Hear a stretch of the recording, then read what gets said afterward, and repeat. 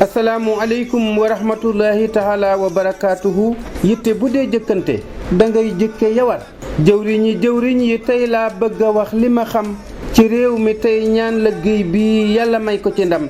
monsieur Ousmane Sonko ñaan naa yàlla dolli la wér te ful sa fan wi la yaa kàngam yu baax yi la dar.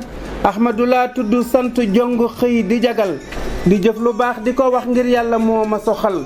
kenn wërta suqali làmb bàyyi càmm ak mbay ñiy napp ak artisan yaa ngi amuñ fu ñu xëy. tàggat yaram tëgg fecc ak làmb neex na ci xol waaye ku xiif rafle mar ñàkk wérul du ko tal.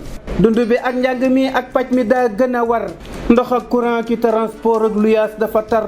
la war a mujj bu jiitoo xel yi dal di gëlëm xalaat yi nëx ba ku jóg ngir dem du xam fu mu jëm. waxtu liggéey ku ca woo tempo da ngay nasaxal siditi yaafus yamba jàmbaar ya ngay naqaral. te Sénégal dañu ko yàq mu aaja defar góor ak jigéen ak mag ak ndaw ku ne am na ci cër.